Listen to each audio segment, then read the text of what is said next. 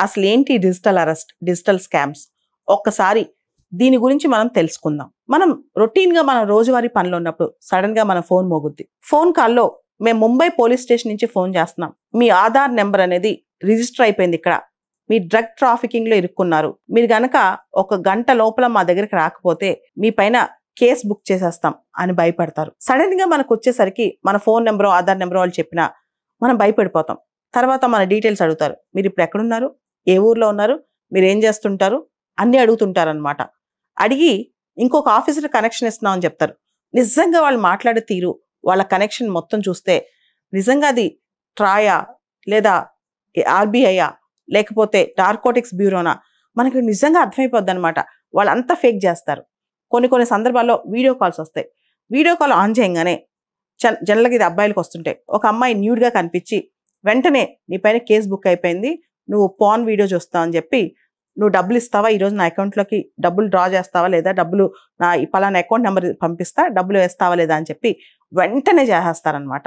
ఇప్పుడే నీ పేరు మీద వచ్చిన ఒక ఫెడెక్స్ కొరియర్‌లో డ్రగ్స్ ఉన్నాయి. మేము నార్కోటిక్స్ బ్యూరో.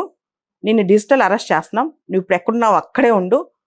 కదలమొక్క, అసలు కదలొద్దు. నీ అకౌంట్ డీటెయిల్స్ ఏంటి? నీ పేరేంటి? నీ అకౌంట్‌లో ఎంత డబ్బులున్నాయి? నిన్ను మేము ప్రొటెక్ట్ చేయాలంటే ఈ డీటెయిల్స్ ఎవరికి చెప్పకు. చాలా కాన్ఫిడెన్షియల్‌గా ఉండు. ఈ విధంగా మాట్లాడుతూ భయపెట్టేస్తారు. ఎందుకంటే వాళ్ళు పెద్ద పెద్ద గవర్నమెంట్ ఏజెన్సీస్ పేర్లు వాడతారు. Narcotics bureau, CBI, RBI, TRAI ఇలాంటి పేర్లు వాడేసరికి మనం భయపడతాం. జనరల్‌గా ఏ గవర్నమెంట్ ఏజెన్సీ కూడా ఫోన్ కాల్ చేసి మనల్ని భయపెట్టదు. వీడియో కాల్ చేసి మనల్ని డబ్బులు అడగదు. 100% ఇది గుర్తుపెట్టుకోవాలి. ఎప్పుడైతే అలాంటి కాల్ మనకొచ్చిందో మనం అస్సలు భయపడకూడదనమాట. ఇక్కడ డిజిటల్ అరెస్ట్ అనే కాన్సెప్టే మన గవర్నమెంట్‌లో లేదు. డిజిటల్ అరెస్ట్ అంటే వీడియో కాల్‌లో నువ్వు ఎక్కడున్నావో అక్కడే ఉండు. నువ్వు కదలకు పక్క నుంచి. నువ్వు అసలు మూవ్ అవ్వద్దు. నీ డీటెయిల్స్ అన్ని మాకు ఇచ్చేయి. నువ్వు అరెస్ట్ అయిపోయావు. ఇవన్నీ డూపు. ఇవన్నీ అబద్ధం. చాలామంది వీటికి భయపడి కొన్ని వేల కోట్లు భారతదేశంలో ఈ 2, 3 సంవత్సరాల్లో కొన్ని వేల కోట్లు లూజ్ అయ్యారంట. ముఖ్యంగా ఇవి మన చుట్టుపక్కల దేశాలు సౌత్ ఈస్ట్ ఏషియాలో లావోస్, మయన్మార్, కాంబోడియా ఇక్కడి నుంచి బేస్ అయ్యి ఈ సైబర్ ఫ్రాడ్స్ ఆపరేట్ అవుతున్నాయి. ఈ సైబర్ ఫ్రాడ్స్ సంబంధించి అన్ని investigations ministry of home affairs కింద జరుగుతాయి. మనకి ఏమైనా సైబర్ హెల్ప్ కావాలంటే అంటే ఇట్లాంటి కాల్ వచ్చినప్పుడు కానీ ఇమీడియట్గా మనకి ఇలాంటి థ్రెటన్ వచ్చినప్పుడు కానీ 1930 అనే నెంబర్కి సైబర్ హెల్ప్ లైన్కి ఫోన్ చేయాలి.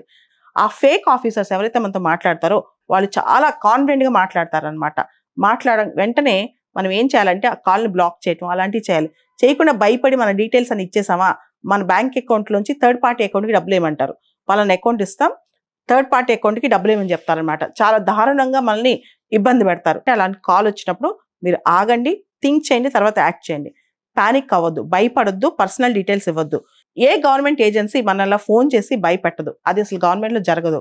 సో ఈ డిజిటల్ అరెస్ట్ స్కామ్ అనేది విపరీతంగా పెరిగిపోతుంది భారతదేశంలో. National cyber crime reporting data portal ప్రకారం ఈ Q1లో Q1 అంటే 2024లో జనవరి నుంచి ఏప్రిల్ వరకు మనం చూసుకుంటే Q1లోనే దాదాపు 7.4 lakh సైబర్ క్రైమ్స్ రిపోర్ట్ అయ్యాయి. దానిలో 46% cyber crimes trading scams, investment scams, romance or dating scams ఇవే కనిపిస్తాయి. సో ఇవన్నీ చూస్తే కనుక కొన్ని వేల కోట్ల రూపాయల స్కామ్స్ జరిగాయి. దీనిలో ప్రజల్ని భయపెట్టి మభ్యపెట్టి ఈ స్కామ్స్లో వాళ్ళని బలవంతాన తీసుకెళ్ళి చాలా మంది చేత డబ్బులు పెట్టించారు. ఓన్లీ కొన్ని రిపోర్ట్ అయిన డేటా ప్రకారమే ఈ జనవరి నుంచి ఏప్రిల్ వరకు దాదాపు 120 కోట్లు ఈ డిజిటల్ స్కామ్స్, డిజిటల్ అరెస్ట్ల వల్ల 120 కోట్లు విక్టిమ్స్ కట్టారంట. అంటే అర్థం చేసుకోండి ఎంత పెద్ద స్కామ్ జరుగుతుందో. ఈ సైబర్ క్రైమ్స్ అని కూడా ministry of home affairs central లెవెల్లో సైబర్ క్రైమ్ కోఆర్డినేషన్ సెంటర్ కింద ఇన్వెస్టిగేట్ చేస్తుంది. ఈ ఫ్రాడ్స్ అన్ని ఎక్కడి నుంచి జరుగుతున్నాయో గమనిస్తూనే ఉంది. వీటిపైన త్వరితగత చర్యలు తీసుకుంటుంది. ఎవరైతే వీడియో కాల్లో ఏదైనా స్పామ్ నెంబర్స్ ఉన్నాయో వాటన్నిటిని బ్లాక్ చేయటం, వాళ్ళ సిమ్ కార్డ్స్ బ్లాక్ చేయటం, ఈ బ్యాంక్ అకౌంట్స్ బ్లాక్ చేయటం ఇవన్నీ కూడా. ఒకవేళ కనుక మీరు పొరపాటున సైబర్ క్రైమ్ గురయ్యి డబ్బులు కట్టేశారనుకోండి, ఇమీడియట్గా రిపోర్ట్ చేసిన ఆ అకౌంట్స్ ఫ్రీజ్ చేయటం, మీకు ప్రొటెక్షన్ ఇవ్వటం, మీ అకౌంట్స్ ఫ్రీజ్ చేయటం, ఆ పర్టికులర్ ఫోన్ ఐడి ఎక్కడి నుంచి వచ్చింది, వీడియో ఐడి ఎక్కడి నుంచి వచ్చింది, ఇవన్నీ కూడా గవర్నమెంట్ ఇన్వెస్టిగేట్ చేస్తుంది. కాబట్టి పరువుకు భయపడి మేము చేసేసామని భయపడి ఇలా ఆలోచించకుండా సైబర్ క్రైమ్ జరిగితే ఖచ్చితంగా మనం రిపోర్ట్ ఇవ్వాలి, ఇన్ఫర్మేషన్ ఇవ్వాలి. లేకపోతే మనకు జరిగిన సైబర్ క్రైమ్ ఇంకోళ్ళకి జరుగుద్ది అనమాట. లక్షల కొద్దీ సైబర్ క్రైమ్స్ భారతదేశంలో ఈరోజు జరుగుతున్నాయి. వీటి ఆపరేషనల్ బేస్ అంతా కూడా ఎక్కువగా మయన్మార్, లావోస్, కాంబోడియా నుంచే జరుగుతున్నట్టు లేదా కొన్ని ఆఫ్రికన్ కంట్రీస్ నుంచి జరుగుతున్నట్టు రిపోర్ట్స్ వస్తున్నాయి. ఇక్కడ మనం తెలుసుకోవాల్సిన అంశాలు కొన్ని ఉన్నాయి. డిజిటల్ అరెస్ట్ అంటే ఏంటి? డిజిటల్ అరెస్ట్ అనేది ఒక ఆర్గనైజ్డ్ ఎకనామిక్ క్రైమ్లో భాగం. అంటే మనల్ని ఫోన్ చేసి లేదా స్కైప్ ద్వారా ఏదైనా వీడియో కాన్ఫరెన్సింగ్ టూల్స్ ద్వారా మనల్ని అక్కడే ఉండమని, ఏ ప్లేస్లో ఉన్నాం అక్కడే ఉండమని కానీ, లేదా పలానా ప్లేస్కి వెళ్ళి అక్కడి నుంచి కనిపించని కానీ మనల్ని అక్కడే ఉండమని వీళ్ళు ఫాలో అవుతూ వీడియో కాల్లో అరెస్ట్ చేస్తారు. దీన్నే డిజిటల్ అరెస్ట్ అంటాం. ఇది లీగల్ కాదు, ఇది ఓన్లీ ఫ్రాడ్ అన్నమాట. ఇలా జరిగినప్పుడు మనం భయపడకుండా వెంటనే కాల్ కట్ చేసి ఇమీడియట్గా రిపోర్ట్ ఇవ్వాలి. ఆ డిజిటల్ కాల్లో అంటే ఆ వీడియో కాల్లో మనం మన డీటెయిల్స్ అస్సలు చెప్పకూడదు, అస్సలు షేర్ చేయకూడదు. ఎటువంటి పరిస్థితుల్లో ఇలాంటి కాల్స్ వచ్చినప్పుడు మనం భయపడకూడదు. ఇది ఎవరికైనా వస్తాయి అనమాట ఈ కాల్స్. ఆ వీడియో కాల్లో మేము సిబిఐ, మేము ఎన్ఐఏ, మేము రా ఇలా ఏ పేర్లు చెప్పినా సరే మేము ట్రై నుంచి మాట్లాడుతున్నాం, అస్సలు మనం భయపడకూడదు. ఎప్పుడైనా గవర్నమెంట్ ఏజెన్సీస్ మనకి వీడియో కాల్స్ చేయవు. లేదా ఒక్కొక్కసారి మీకు ఇంటర్నేషనల్ పార్సిల్ వచ్చింది, మీకు పలానా ప్లేస్ నుంచి డ్రగ్స్ వచ్చాయి, అందుకని మిమ్మల్ని అరెస్ట్ చేస్తున్నాం, మీ పేరు మీద వచ్చాయి, మీ ఫోన్ నెంబర్ మీద వచ్చాయి, ఇలా కూడా చెప్తారు. అలాంటి సందర్భాల్లో కూడా మనం భయపడకూడదు. ఎందుకంటే అవన్నీ కేవలం మనం భయపెట్టడానికి ఎగ్జాక్ట్ ఎలా ఉంటుందంటే వాళ్ళు ఒక స్టూడియో ఏర్పాటు చేసుకుంటారు. దానిలో పోలీస్ స్టేషన్ కానీ, సిబిఐ ఆఫీస్ కానీ చూడటానికి నిజంగా వాళ్ళు గవర్నమెంట్ అఫీషియల్స్, వాళ్ళు వేసుకునే యూనిఫామ్స్ కూడా అలానే ఉంటాయి. ఎగ్జాక్ట్ అనమాట. వాళ్ళ ఫోన్లో మాట్లాడే తీరు కూడా అంత గంభీరంగా ఉంటుంది. కాబట్టి ఇవన్నీ చూసి భయపడద్దు. అంటే మా వీడియో కాల్లో వాళ్ళు పోలీస్ స్టేషన్ చూసాం, లేదా వాళ్ళ ఆఫీస్ చూసాం, ఇవన్నీ నమ్మేసి నిజంగా వాళ్ళే అనుకోవద్దు.